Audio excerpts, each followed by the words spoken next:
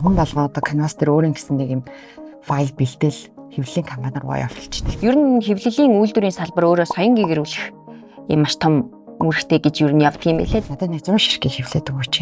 Яаралтай. Монгол бүх юм яаралтай. Нийлүүлэгч компаниудыг худалдан авахч компаниудтай холбох хамгийн том зорилготой.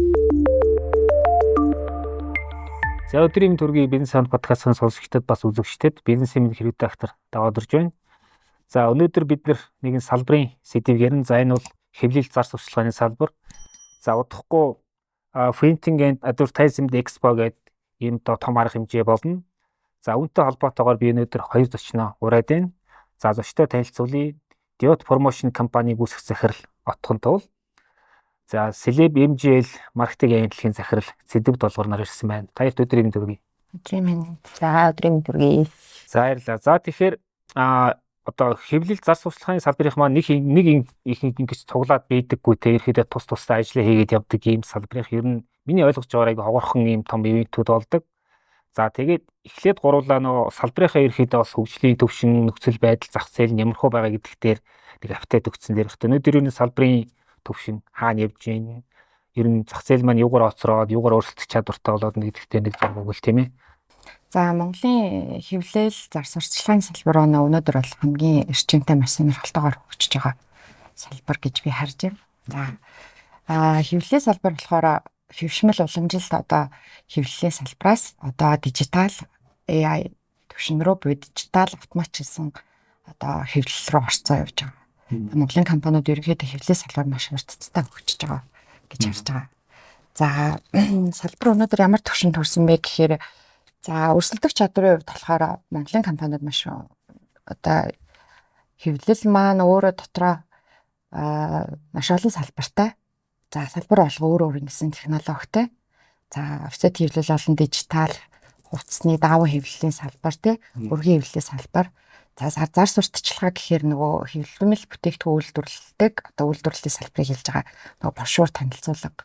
За гарын авалгуудыг хэвлэж байгаа салбаруудыг хэлж байгаа. Тэгэхээр маш олон чиглэлээр үйл ажиллагаа явуулж байгаа компаниуд өнөөдөр одоо маш эрчтэй хөгжиж байна гэж харж байгаа.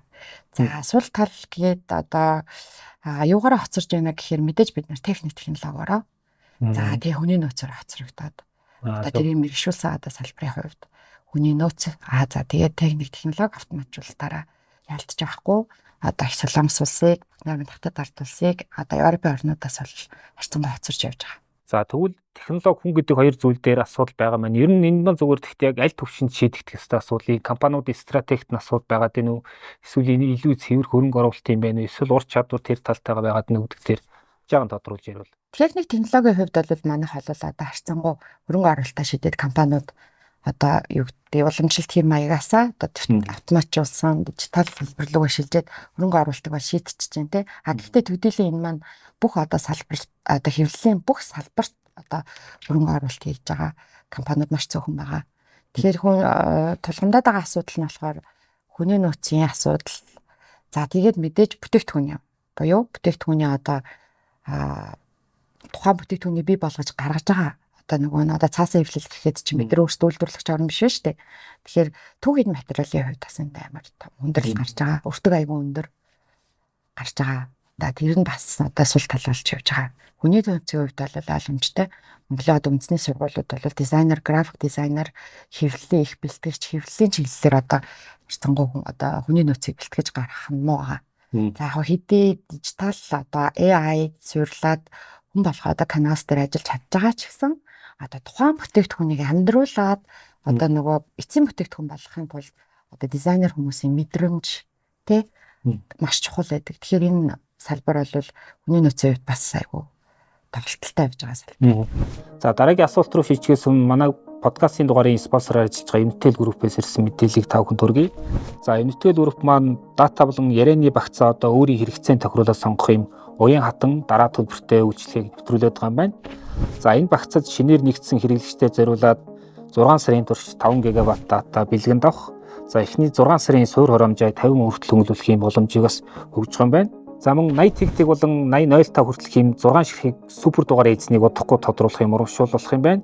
За супер дугаар эздийг энэ сарын 28-нд Unitel-ийн Facebook хуудасаар тодруулна. За тэгээд хэрэглэгч та бүхэн өөрийн супер дугаарыг Unitel-ийн ап болон Unitel-ийн вебсайтаар захиалан авах боломжтой байна. За ингээд манай подкастын дугаарыг спонсор ажиллагаа Unitel Group-тэй баярлалаа. Ер нь бид нар нэг школ гэж ярьдаг шүү дээ. Салбар болгонд энэ одоо уучнаас үлдсэн хэллэгтэй. Ер нь яг энэ одоо та түрүүлээ дизайнерын Canvas Center гэдэг ерөөхдөө энэ нэг ганцаарчсан тоглолтууд нэлээх байна. Одоо энэ өөрийгөө одоо хөгжүүлэх тийм форматаар л олдоо яваад шүү дээ. А гэхдээ илүү одоо систем, институцийн төвшөндөө ер нь яг школ маань Монголд яаж хөгжиж ирсэн те одоо ер нь бас яг энэ системийн төвшөнд юу дутагдаад энэ яг энэ ур чадваруудыг илүү хөгжүүлэхтэй илүү одоо зах зээлийн төвшөнд нийцүүлэгч гэдэг дээр Яг ер нь бол нөгөө компани болгоо өөрөө өөрсдөө гэсэн стратегтэй менежменттэй тухайн байгууллага технологио шинжилэлээ тэг үйлдвэрлэлийн технологио шинжилэлээ ч гэсэн дагаад нөгөө нэг одоо тухайн техникүүдийг танай төхөөрөмжөдөг ажиллуулах тийм байгууллага манайх бол жишээ нь одоо стратеги яаж бэлдэж байгаа гэхээр тухайн бүтээгдэхүүнийг одоо зах зээл дээр гаргахын тулд бид эхлээд техник танай төхөөрөмжөө бэлдэнэ. За хоёрдугаарт нь бид нэр тэнд оролцож байгаа түүхийд материалаа бэлдэж байгаа. Гуравдугаарт буюу хамгийн гол нь буюу дизайнерууд буюу хүний нөөц хэвлэх ажилтнуудаа бэлдэж байгаа байхгүй. За тогтолцооны хувьд бол яагаад гэвэл яг энийг мэрэгшүүлсэн байхгүй учраас бид нар одоо жишээнд одоо бүгд дотоод ард улс солонгос улсаас бид нар технологи техник төхөөрөмж худалдаж авч байгаа тохиолдолд хүний нөөцөө давхар тэндээ бэлтгэж авчирч байгаа. Тэгээд одоо жишээ нь стратегта аль болохоор одоо энийг манай ажиллуулж байгаа хүн технологи байгаа ч гэсэн ялгаахгүй хүний хүчээр л бүрдэж байгаа учраас технологийн хувьд бид нэр аль болохоор дутхгүй ажиллаж байгаа. Гэхдээ мэрэгшүүлсэн мэрэгчлэлтэнгүүдийн хувьд бол ялтж авахгүй дутагдaltaа салбарт. Гэхдээ үнийг одоо аль болохоор байгууллага болго өөрсдөө дотооддоо шийдээд урт хугацаанд тухайн хүмүүсүүдээ мэрэгшүүлээд за тэгээ урт хугацааны гэрээ хийгээд за тэгээд одоо нөгөө одоо нэг 3-5 жилийн төлөвлөгөөний дунд бид нар хаана хүрэх ёстой байгаа зорилгоо тодорхойлоод ямар бүтээгдэхүүнийг бид нар үйлдвэрлэж гаргахыг хичнээн нэртүүлэлт авахын тэр маань өөрөө ямар одоо хүмүүст мэдрэмж өгөөд нөгөө одоо бидрээс хүсэж байгаа харилцагчдын захиалга гаргахын тулд урт хугацаанд ингээд стратеги баримтлаад одоо аль болохоор хүний нөөц рүү чиглэсэн байдлаар технологи чиглэсэн байдлаар одоо хандаж ажиллаж байгаа. За технологи авах тодорхой төвшөнд ингээд хөрөнгө оруулалт хийгээд авч болж байна. А дизайнерууд гэдэг маань одоо илүү одоо нэг креатив салбарын хүмүүс тийм. Тэгээд бас зүгээр ингээд бодит байдал яг хэрэг судалгаа гэдгийг мэдхгүй. Гэхдээ зүгээр хөндлөнгөөс харахад ингээд яг ажлын байрны хувьд ийм хөдөлмөрийн харилцаа бас нэлийн тогтворж байгаагүй ингээд тийм байгаад байдаг. Ер нь энэ дээр гадны тим одоо юу гэдгийг жишгүүд юу гэдгийг те. Ер нь дизайнер гэдэг хүмүүст холбогдуулаад асуухад энэ хөдөлмөрийн харилцаа, ажил олгогч, ажилтан хоёрын тэр харилцаа ер нь бас тодорхой нэг загвар тим одоо жишг гэж байгаад байна. Эсвэл зүгээр ингээд одоо юу гэдгийг хөвгний төвшөнд яваад тах хэрэгтэй юм уу те энэ дээр яг ямар хөө ажиглалт юу хэлэх вэ? Яг Европын орнууд зүгээр одоо бусад одоо орнуудыг зүгээр ажиллаж байгаа бид нар одоо нэг техник тоног төхөөрөмж худалдаа авч байгаа газруудыг харахаар ер нь бол урт хугацаанд одоо тэр хүмүүсүүдийгээ бэлдээд за гэрээг бол маш урт хугацаагаар хийгээд хүмүүсээ маш хөгжүүлэлт рүү анхаардаг те байгууллага өөрөө за одоо технологи гарч байгаа технологитой холбоотой дижитал хэлбэрүүд одоо гарч байгаа учраас тэдэртэйгээ ерөнхийдөө хүмүүс бол маш хуйлдуулаад аль болохоор урт хугацаанд тогтвортой ажиллах тийм юм уу тэгээд маш олон сургалтуудад хамруулж байгаа. За тэгээд нөгөө байр болоо оролцооч гэдэг юм уу те тухайн хүмүүсийг одоо ажиллах нөхцлөөр бүрэн хангаад ажиллаж байгаа. Манайд бол харьцангуй энэ салбар бол одоо дизайнеруудын хувьд хүний нөөцийн салбар бол аюу дутмагшилтай урт хугацаанд ажиллахгүй байна те юм сурчаал одоо яг мухагаар хэлэх юм бол те салбар алга өөртөө. Гэхдээ тэр хугацаанд бид нар сурчаал юмаа сурч авчаал дахиад дараагийнхаа концепт руу ороод буюу өөрөө одоо хувь өөрөө бизнесээ нэг жижигхан одоо нэг юм явуулдаг тий хэвлэлийн жижигхан офсет хэвлэл дижитал хэвлэл төргийн хэвлэл гэл ингээд салбар гараа авчдаг. Айгуу тогтворгүй ийм хандлага айгуу их одоо ажиглагтаад байгаа. Тэгээд салбарт бол ялч байхгүй.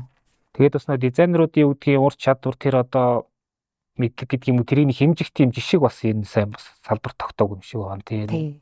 Ирэхэд гол хөвгний ур чадвар дээр түшгэлээ явчихдаг. Тийм.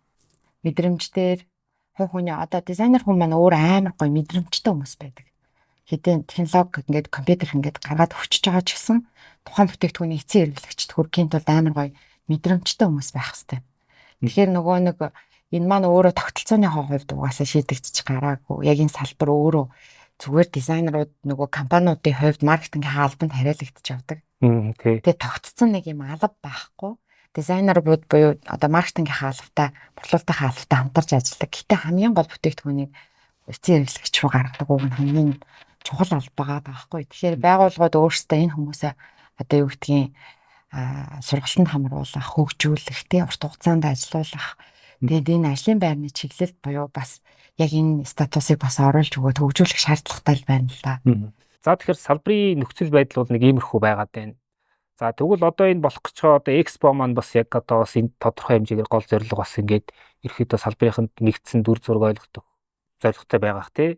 Ерөн зүгээр яг энэ экспо маань бас яг аль өнцгөөс нь одоо илүү юун дээр хайлайт өгж ийн гэдэг дээр ярил зэвдэ.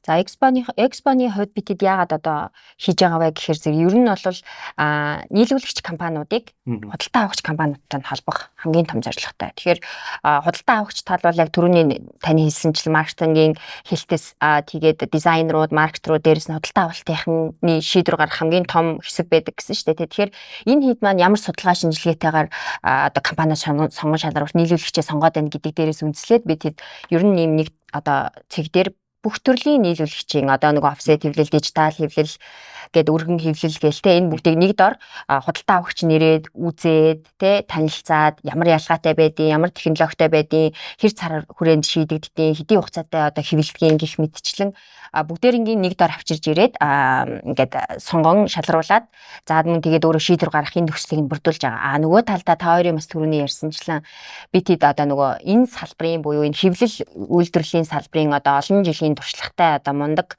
экспертүүдийг бас ингээд нэг дор цуглуулад хэлэлцүүлэг маягаар энд ямар асуудал байгаа, юуг бид нэр шийдэх хэрэгтэй байгаа юм гэдэг өнцгөөс нь шийдлүүдээ тийм олох зорилготой.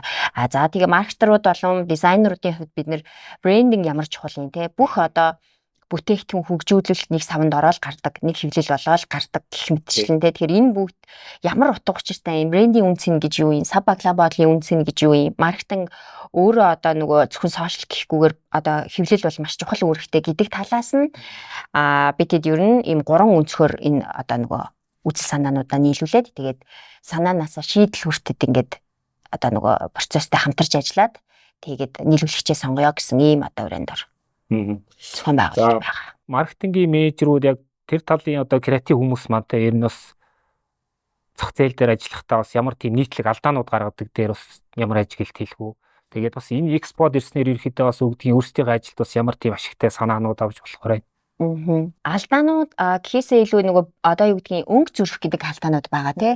Одоо юу гэдгийг компани бол маркетингийн төвшөнд бүтээгдэхүүнээ хөгжүүлээд тэгээ маркетингийнх нь одоо судалгаа шинжилгээ хийгдээ зах зээл дээр бэлэн бүтээгдэхүүн болоод очих хүртлээсээ зэрэг дизайнер шинжилгээгээ хийгээ брендингээ гаргаад хамгийн эцсийн дүндээ бид нар ямар хэлбэрээр хэвлэхийн, ямар бүтээгдэхүүн болохын гэдэг дээр дизайны өнгө болон хэвлэлийн өнгө хоёр технологи зүрх юм магадлал гардаг. Тэгэхээр энэ тал дээр илүү манай отгоол маань ярих бах та. Тэр одоо тэгвэл энэ салбарынхны ойлголцох хэвээр тийм нэгдмэл хэл байх гэдэг шүү дээ тий. Их ихтэй зөрдөг тохиол айгүй их гэдэг энэ хэлийг нь яаж нэг болгох вэ? Тэгээ зүгээр санаа нь бол нөгөө яг экспоны гол зорилго маань ерөнхийдөө л юм. За салбар алгаа хэвлээ салбар алгаа өөр байгаа. Тэгэхээр даун дээр одоо нөгөө дэлгэцний өнгөнөөс буюу одоо дэлгэцэн дээр харж байгаа дизайнерууд харж байгаа маркетингийн менежерүүд харж байгаа өнгө тухайн бүтээгдэхүүн дээр гарахтаа шал өөр өнгөөр гардаг. За тэгэхээр хүмүүс юу хүсвэл өгөх гэхээр дэлгэцнийхаа өнгөийг хөвчлэн ийм л өнгөөр харах байсан шүү дээ гэдэг байхгүй юу. Тэгэхээр нэг өсөндөө эндээс шууд харуулах гэж байгаа санаа нь одоо даавуу хэвлэл гэдэг маань ийм хэвлэлээр ийм технологиор яваад эцсийн хэрэглэгчтэй ингэж очт юм шүү гэдэг утгаар нь одоо харуулах гэж энийг хамгийн гол нэгээд байгаа. Ер нь бол хамгийн их одоо нийтлэг тохиолддог юу маань за одоо нэг өргөн хэвлэлийн компаниудаа энэ жишээтэй дэлгэцний өнгөийг слайд буюу хулдаасан хэвлэл рүү яаж гарт юм бэ?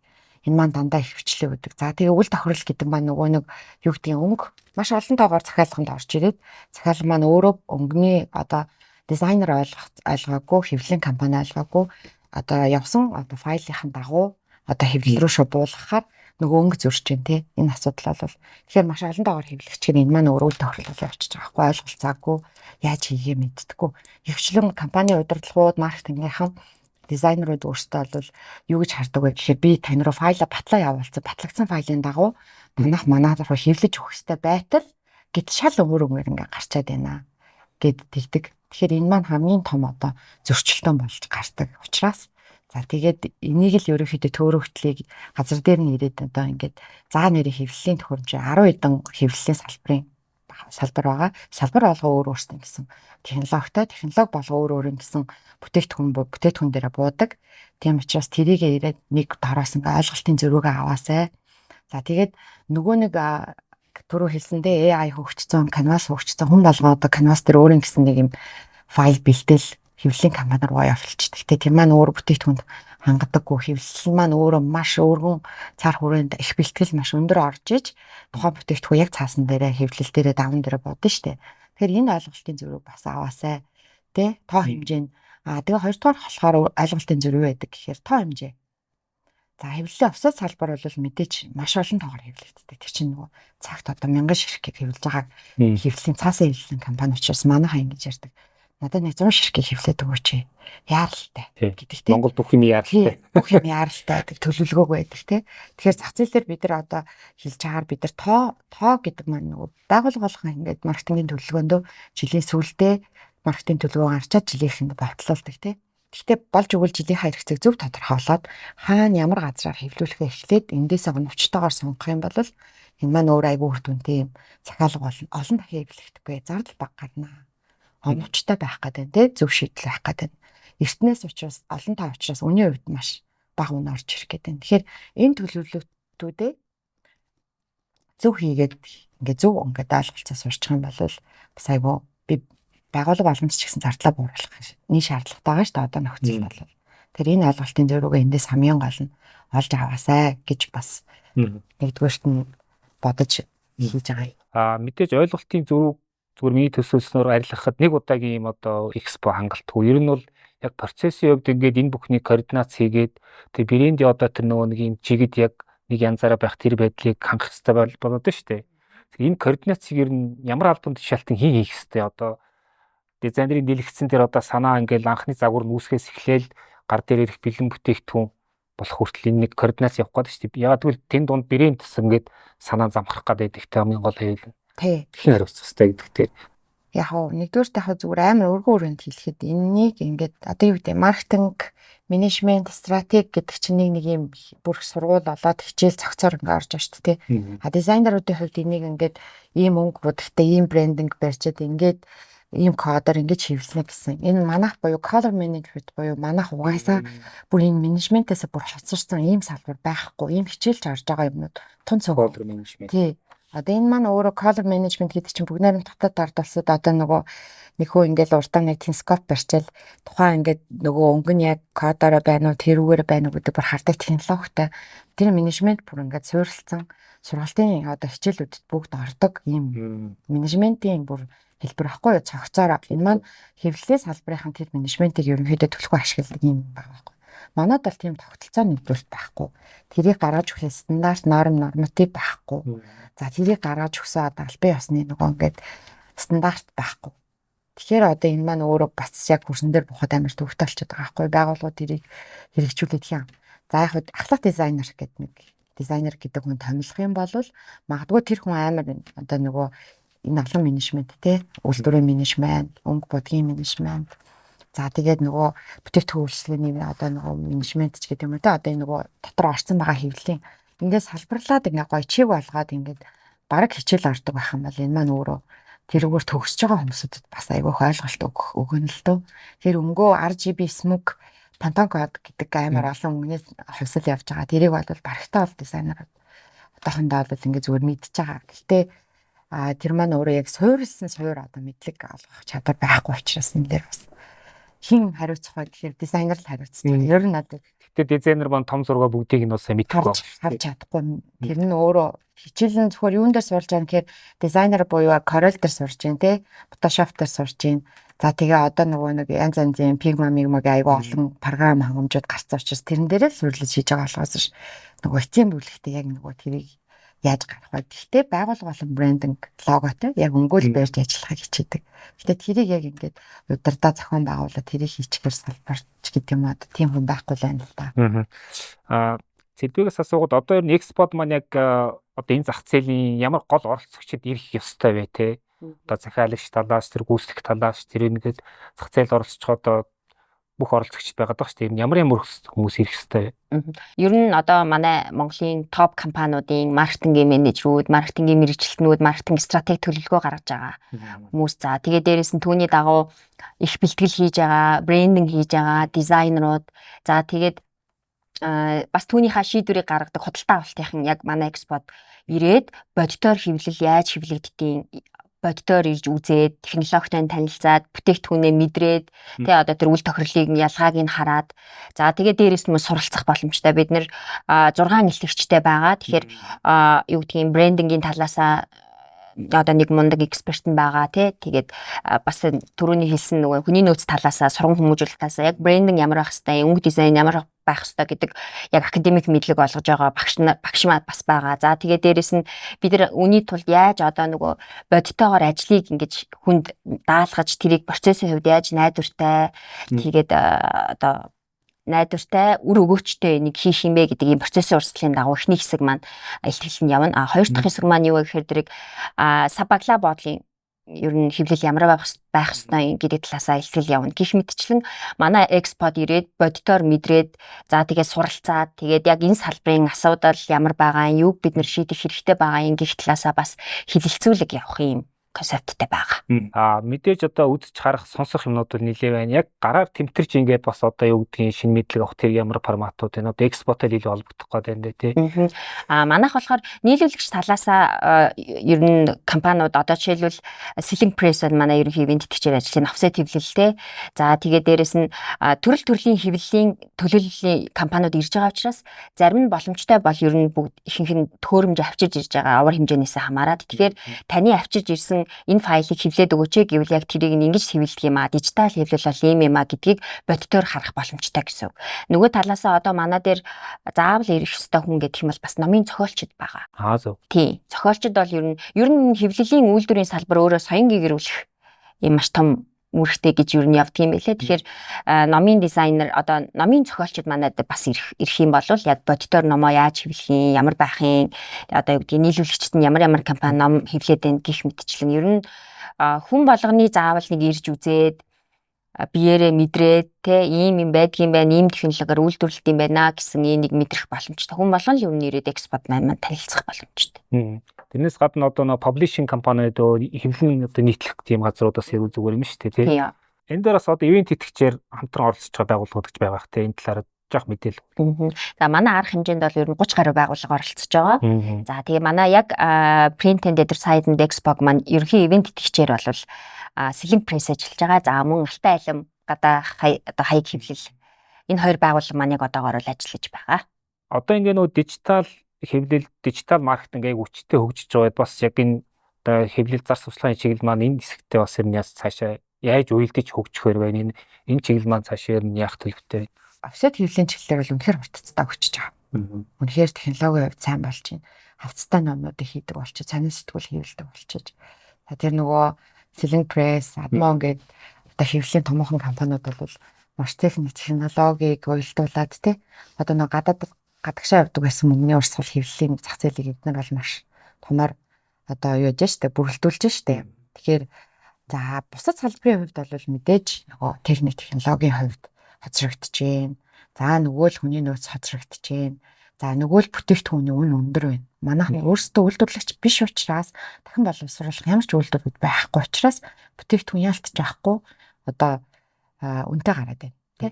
Ахта Монголын хэвлэлийн компаниудын нэг давуу тал бол жижиг гэлтгүү тоог маш урт хугацаанд шийдвэрээ гаргаад маш бага тоог за 100 ч байсан гэсэн 10 ч байсан гэсэн хэвлэдэг. Бүгд найрамдаар дуусч гэдэг юм Солонгос Америк руу ингээ явуулаад ингээ хэвлэлийнхаа бүтээгдэхүүнд өгөхөөр тираж заачдаг шүү дээ. Хамгийн доод нь 100000 ширхэг. Үгүй манайх бол хувьсан өөрчлөгдөж штэ. За хамаагүй Монголын зах зээл өөрөө жоох учраас одоо тэндээ уялдуулаад 100-г 10-ыг 20-ыг шууд шийдвэр гаргаад зохион бүтээгээл хэвлээл супер төвшөндөө одоо ингээд бэлгийн нөлөөлөгч хангаар дээр хүргэж чадж байгаа байхгүй юу. Энэ талаараа тэгээд мэдээж хөрөнгө оруулалтын хувьд бид нэр засгаа улс төрөд одоо юу гэдэг төрөөс бас бидэрт ингээд хөрөнгө оруулалтыг шийдээд жижиг дунд үйлдвэрлэлүүдээ ингээд яг энэ маань бүх салбар нэгдээд эцсийн бүтээгдэхүүн болохдаа заавалгүй хэвлэлийн салбараар дамждаг. Ямарваа нэгэн бүтээгдэхүүн үйлчилгээ. Тэ одоо экспорт импортын компани хийж байгаа бол та чихэр авч байгаа бол чихрийнхээ артал дээр нь ингээд шошгоно ойлгож байгаа. Тэр маань өөрөө монгол хэлээр авах хэрэгтэй. За тэгээд уул уурхайн компаниуд гэлдэг чинь танилцуулга боршуур ивент хийхдээ заавалчгүй хэрэгжилж байна. За жижиг дунд бизнес эрхэлж байгаа, ааруул үйлдвэрлэж байгаа хүн ч гэсэн эцсийн бүтээгдэхүүн хайрцаг болол гарч байгаа. Тор цав баглаа бодол гэлгар ут гихтэл дэлгүүрүүдээр бүгд харагдаж байгаа. Тэгэхээр энэ маань уг нь бол нийт үйлдвэрлэлийн хамаасаар ингээд Монгол улсын хэмжээнд хамгийн гол бас цөм үйлдвэрлэлийн нэг салбар байгаа байхгүй юу? Энийгээ дэмжиж байгаа юм байхгүй. Хөрөнгө оруулалт тань байгаад за цогцоор нь хүмүүс бид нар хүний нөөцөө бэлтгэдэг нэг системтэй болоод технологийн хувьд бас бид нар ингээ хөрөнгө оруулалтаа шийдчихдэг бол ойрын 5 жилдээ офсет дижитал одоо хэвлэлийн салбараас тусна бас яг дижитал офсет шиг одоо хөгжих тэднийгээ дагаа түүчилэх боломж маш өндөр байгаа байхгүй. Өөрөөр мэдээлэл гэдэг зүйл байгаа цагт бол хэвлэх хэрэгцээ бол байнга байна гэсэн үг шүү дээ тийм. Зардалгээ түрүү ярьж байна. Одоо ер нь бид нар чинь барилгын салбарт ингээ үнийн индексийг тооцоолдог тий. За ер нь цаасны зардал одоо яг үнийн өртгийг яг хэдэн хувийг нь бүрдүүлээд байна. Сүүлийн ер нь за нэг 5 жилд яаж өөрчлөгдөв одоо энэ өртөг? Нийт одоо жишээ нь бүтээгдэхүүн гэж одоо нэг хавц одоо нэг А дүрийн хэмжээтэй ингээд бүтээгдэхүүн ингээд таны гар дээр очлоо тий. Та энэ маань баг ойролцоогоор 70% нь баг цаас буудаг тий. За тэгээд нөгөө нэг энэ дээр хэвлэж гаргаж байгаа буудаг цаас тэгээд гадуур нь бүрж байгаа бүрэлт лаг гэд бараг л одоо 70% нь одоо мас нь энэ бүтээгдэхүүн өртөгч гэдэг байна. Бус нь бол мэдээж хүний нөөцийн одоо зардал нь за тэгээд нөө одоо бусад одоо нөөц зардал орчод байгаа. Тэгэхээр ер нь бол үн маш өндөр байна. Энэ маань өөрөө эцсийн бүтээгдэхүүн үйлдвэрлэлээр бид нар дахин боловсруулах байхгүй учраас шууд бид нар татаа авалтаа хийж шээ мас дүнгээрээ. Тэгэхээр ер нь бол бүтээгдэхүүний өртөг бол 50-60% ялтж байхгүй л шингэж ороод байгаа. Маш өндөр үнэтэй л болоод байгаа бүтээгдэхүүн. Та түрүү нөгөө ярианы ихэнд AI гэдээ ярьсан. Одоо яг энэ технологи маань яг танаа салбарт яаж нөлөөлж байна? Цаашд бас одоо үгдгийн за дизайнеруудын хувьд бас ур чадвар мадвар нэлээд яахан ийм шин зүйлүүд элементүүд орж ирэх шиг болж байна. Зарим одоо ажлынхаа процессын зарим хэсгийг нь бас AI-аар гүйцэтгүүлэх тийм боломжууд зөндөө гараад ирлээ. Та ер нь бас яг зүгээр хобби бизнес эрхлэгчийн хувьд мэргэжлийн үнэд энд ямар ажиглалт хийх вэ? AI бол хүн болгон хэрэгжилж байна. Канвас бүгд хэрэгжилж байна. Технологийн хувьд энэ бол маш том өөрчлөлттэй. Гэхдээ одоо дизайнер хэзээ ч хоцрогдохгүй. Дизайнер гэдэг одоо мэргэжилтэй тэр мэдрэмжтэй хүн бол хэзээ ч хоцрогдохгүй энэ салбарт. Эцсийн бүтээгдэхүүнийг AI-аар гаргаж байгаа ч гэсэн тухайн бүтээгдэхүүнийг хэвлэлж шингээгээд тэр одоо инээд баясалтай аз жаргал одоо тэр өнгөний гоё хоорондын холилдсон одоо уусалт бүх юм бол дизайнер хүний мэдрэмжээс биелэгдээд бүтээгдэхүүний одоо үйлдвэрлэлийн процесс руу орж байгаа эцсийн бүтээгдэхүүн гарч ирж байгаа. Тэгэхээр ер нь бол дизайнерын одоо энэ чиглэл бол хязгаарч одоо өөрчлөгдөхгүй. AI технологи бол хөгжиж байгаа. Гэхдээ энэ салбарт бол яг хэвлэлийн салбарт бол AI бол төдийлөн бас яг хэрэглэгдэхгүй. Физик явж штеп болчихж байгаа штеп тий. Одоо энэ айгу креатив хүнсүүд байдаг дизайнерууд өөрсдөө. Тэгээ их бэлтгэгч нар байгаа ялтж авахгүй хийж байгаа юмнууд байгаа. За тэгэхээр мэдээж энэ AI canvas одоо энэ дижитал технологиуд одоо хөгжиж байгаа ч гэсэн хэвлэлийн салбарт бол яг отоохондоо 25 жилдээ нөлөөлөхгүй ялтчгүй энэ их бэлтгэгч дизайнер одоо хэвлэлийн бусад одоо тогтолгоо юу хийж байгаа салбар бол хэзээ ч өөрчлөгдөхгүй хаягдахгүй гэсэн утга. Бид бас нэг эхлэлийнхаа сэдвийг AI-г орлохгүй одоо орлож чадахгүй дизайнер гэсэн сэдв байгаа. Юу гэхээр нөгөө талдаа контент үйлдвэрлэл гэдэг бол шууд зохиогч эрхтэй оюуны өмчийн талаар яригдана. Тэгэхээр бид надаа дизайнерын торгон мэдрэмж бол түрүүний энэ салбарт бол ямар ч байсан орлож чадахгүй ойрын байх нь тий. Тэгэхээр дизайнерын үнцийн дизайнер өөрийгөө ч дизайнер гэж хэлж бас болохгүй болчиход байгаа тий. Маш одоо уран нарийн мэдрэмжээ тухайн бүтээгдэхүүн үйлчилгээ дээрээ гаргадаг. Тэгээ дээрэс нь асар том оюуны өмчийн асуудал яригдана тий. Нөгөө талдаа энэ хүний чадвархан одоо сайжраа дараагийн түвшиндээ гарах энэ маш том одоо юу гэдгийг нөлөө үзүүлнэ. Дизайнер түрүү ярьсан гээ нөгөө үйл ойлголцол үйл тохиолдлыг гаргадаг гэдэг. Ер нь дизайнерын дүгнэлт маань яг үндсэн одоо мэргэжлийн ур чадвараас гадна бас одоо юу гэдгийг бизнес талаас ч гэдэг юм эсвэл бусад өөр нэг одоо хэлтс албадын процессыг ойлгох үүднээс ямар тийм ур чадварууд нэмэлтээр хэрэгтэй байна. За AI-г харьцна гэдэг бол бас одоо шинэ төрлийн ур чадвар. Энээс гадна ер нь бас яг бизнес процесс л менежмент талаас ч гэдэг юм уу. Одоо юу гэдгийг нөгөө дизайнер маань энэ процессын нэг л одоо нэг хэсэг нь байгаад. Тэгээ бусад тагаа одоо тэр нэг үйл ажиллагаа аль болох гарахгүй байхын тулд ур чадвараа хааш нь хөгжүүлэх хэрэгтэй байна. Ер нь бол бидний харж байгаагаар бол менежерийн төвшөнд одоо юу гэдгийг дэлхийн түвшний менежер байх боломжтой буюу дизайнер өөрийгөө зөвхөн дизайнер гэхээсээ илүү менежерийн төвшөнд. Яг л дизайнер хийхээсээ гадна бүтээгдэхүүний бодит байдал дээр яаж ингэж тооцоолвол зөв гарах уу, сабагла бодол дээр яаж зөв гарах уу. За одоо ивентүүд хийхэд том бүүт заслаа гэж бодоход ямар талаас нь харуул илүү бодиттой алдаагүй гарах уу, өнгө мэдрэмжийн хувьд ямар байх уу. Тэгээ яг ингээд яг л дизайнерын нарийн мэдрэмжээс гадна одоо менежментийн төвшөнд, менежерийн төвшөнд процессын маш сайн мэдлэгтэй байж ах хэвээр. Тэгэхээр яг энэ тал дээр нь манай экспо дээр бас одоо олон улсын одоо менежерийн төвшөнд ажиллах одоо тийм мэдлэг олгох илтгэлүүд энэ дээр бас явж байгаа. Нэг зүйл тодруулахад яг одоо гүйцэтгэгч тал буюу хэвлэлийн компаниудын хувьд те яг энэ ивент байна бас юугаар илүү одоо үр ашигтай байх уу те. Одоо шин түншлэлийн харилцаа ч гэх юм бол тэр талаас бас тодтогч ярил. За яг нийлүүлэгч компанийн хувьд зах зээл дээр маш олон нийт статистик тоогоор одоо маш олон компани байгаа. Энэ дээр 23 жил, 28 жил үйл ажиллагаа явуулсан ч компани байна. За 2-3 жил үйл ажиллагаа явуулсан байна. Хамгийн гол нь энэ доктортой харилцагч байгаа болно. За тэгээ дээрээс нь брендийн хувьд одоо маш одоо брендингийнхаа байршуулалтыг нэмэгдүүлэх боломжтой тий. За 3 дугаарт бол бусад одоо ер нь хэвлэлийн салбар өрсөлдөх биш хамтрах байж байгаа тий. Тэгэхээр яг ижил төрлийн үйл ажиллагаа явуулдаг компанитайгаа танилцаад тоо ширхгийн хувьд захиалга орж ирлээ гэхэд тий нийлүүлэгчтэйгээ шууд одоо худалдаа авагчтайгаа шууд гэрээ хийх тий харилцагчаа шеэрлэх боломжтой гэх юм уу одоо маш олон нийлүүлэгч садаа бол маш олон давуу талтай байгаа. Би зүгээр анзаархад нэг юм зүйл байдаг. Одоо ингээд за манайх жишээ нь бол ингээд нэг 2-3 компанитай нэлээд хэдэн жил ингээд доктортой явж байна хэвлэлийн компанитай. Тэгвэл зарим үед ингээд одоо юу гэдгийг за одоо номын байр болох ч байна. Эсвэл ингээд сонгуульд өгөхөрч гэдэг юм ингээд яг нөө байн харилцагчаа ингээд жаахан хоош нь хаяа те. Манайх ийм баахан гинтийн захиалга ороод ирсэн энэний дараа л явна гэдэг. Ингээд нэг юм тэр нөгөө урт хугацааны харилцаа гэдэг жаахан тийм одоо үл ошоогоод байх шиг тэмцээг хандлага байдаг. Энэ дээр яг зүгээр одоо юу гэдгийг ер нь одоо тухайн компани ямар бодлоготой байх хэвээр одоо тэр урт хугацааны харилцаг хэсэг чинь илүү л одоо нэг удаагийн захиалгаас илүү үнцэнтэй болох гэдэг бас зүгээр бизнес логикоор бол энэ дээр зүгээр бас таад хэлэх бодол байна. Хэрвээ нөгөө хүчин чадлын хувьд те ачаал одоо ингээд сонгуулиуд төхөд ирдэг ямар нэгэн ивент болоод ирэнгүүт одоо байгууллага нөгөө ачаалаа дийлэх болж шүү дээ. Тэгэхээр бид нар нөгөө яг одоо энд нөгөө нэгдмэл гэдэг утга орж ирж байна. Хэвлэлийн салбар маань өөрөө би өөрөө чинь офсет хэвлэлээ гэхэд надаа дижитал хэвлэлийн захиалга ороод юм уу давуу хэвлэл ороод ирэх юм бол би одоо сэдвэрөө ярих нь шүү дээ. Ийм ороод ирлээ 50000 ширхэг би ачаалаа дийлэхгүй байна. Хоёлаа ингээ хамтраад хийчихье. Би байгууллагын ингээ өгчээ. Ингээ энэ нөгөө power болох боломжтой байхгүй юу? Бизнесээ шийдлэх боломжтой. Жишээ нь одоо нөгөө нэгдүгээрт нөгөө яг ингээд тасалтуулахгүй явна гэдэг маань одоо 50000 ширхэг одоо сэтгүүлийн захиалга ороод ирэхэд нэг өгсөн компанид дундуур одоо стоп болж болохгүй. Яг л өнгө нь таарсан, захиалга нь таарсан, хэв нь таарсан учраас дараагийн захиалга тэр дуусчих дараагийн захиалга ордог байхгүй. Тэнгүүд танах бас тулгамдсан байна те. Тэнгүүд би дахиад сэдвэрээ яриа шүү дээ те. Сэдвээ ийм ажил харчлаа хоёлаа ингээд шеэрлж байна. Магадгүй сэдвэж гэсэн тийм тохиолдол гарна. Тэгэхээр энэ маань өөрөө нөгөө бүтээгдэхүүний нөгөө хүчин чадлаасаа шалтгаалж байгаа. Тухайн тоног төхөөрөмжөөр хүчин чадлаараа голдлын хэмжээнд ажиллаад байгаа ч гэсэн таныхыг яалтж авахгүй хойшлуулах арга хэмжээ байгаа. Тэгэхээр энэ дээр яаж ийн гэхээр заахгүй би таныг бас тасалдуулахгүй дараагийн харилцагч хийхгүй одоо алдахгүй тул нөгөө компани руугаа шеэрлж штэ ийм үнээр хийх юм аа. Тэгэхээр танаад энэ 3000 ширхэг захиалгыг авчаач.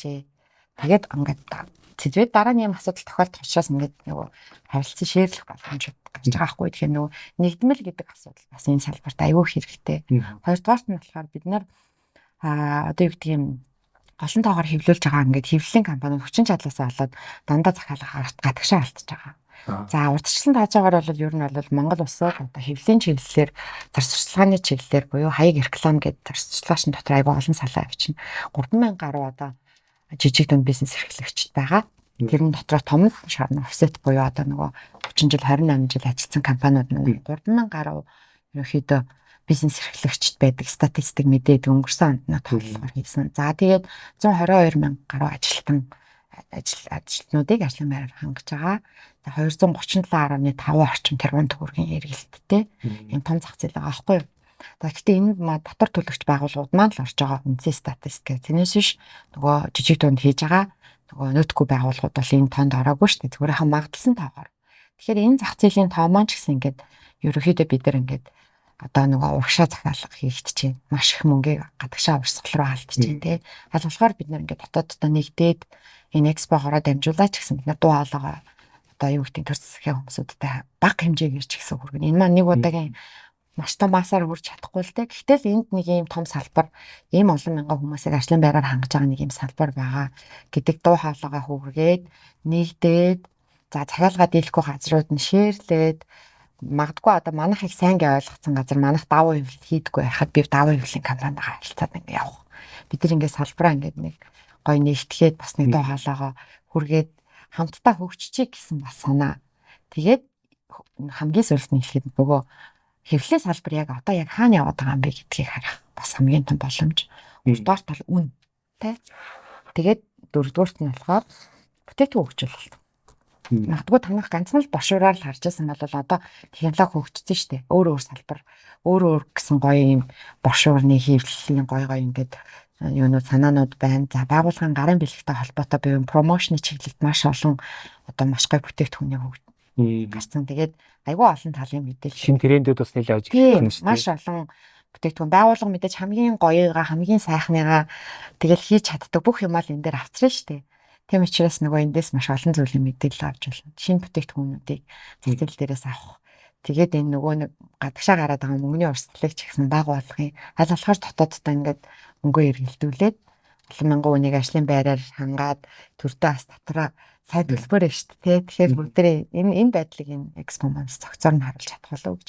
За баярлалаа. Ерөөхдөө хамтаа цэгцтэй мэдээлэл өгчлөө гэж бодож байна. Тэгээд подкастыгаа төгсгөл хэдүүл бас одоо оролцогчтой зориулаа тий яг деталь мэдээллүүдээ тий хаана болох хэцээ яах гэдэг тэр мэдээлэл өгөөд подкаст өндөрлөе гэж бодож байна. Зуны үйлрэл болоод одоо гадаа талбайн үйл ажиллагаанууд ихсэж байгаа тийм энэ үед компаниуд илүү төлхөө гадаа одоо юу гэдгийг play time байна, хуур music festival байна. За одоо энэ талбай дээр маш олон одоо номын баяр гэх мэтчлэн тийм тэгэхээр байгууллагууд гадаа талбайд ямар тохиолдол хийх ёстой, ямар хэвлэл гаргах ёстой ингээд бодоод сууж байгаа болвол одоо манай экспандер хүрээд ирэхэд энд бүх төрлийн тохиолдолтоос ахуулаад брошюрын хэвлэл, за номын хэвлэл, за тэгээд стикер хэвлэл, дижитал хэвлэл гэдэг бүх төрлийн бэлэн таны хүний гар дээр очих бүх төрлийн бүтээгдэхүүн үйлчлэгийг хэвлэх одоо нийлүүлэгчид, үйлдвэрлэгчид нэг дор байгаа учраас одоо манай экспорт хүрэлцэж ирээд биеэр мэрээд бодтоор хараад тий маркетингийнхаа одоо үйл ажиллагааны маш томоохон хэсэг болсон энэ одоо үзэсгэлэндээ оролцоод тэгээ шийдвэр гаргаад энэ зуныхаа арга хэмжээг үр бүтээлтэй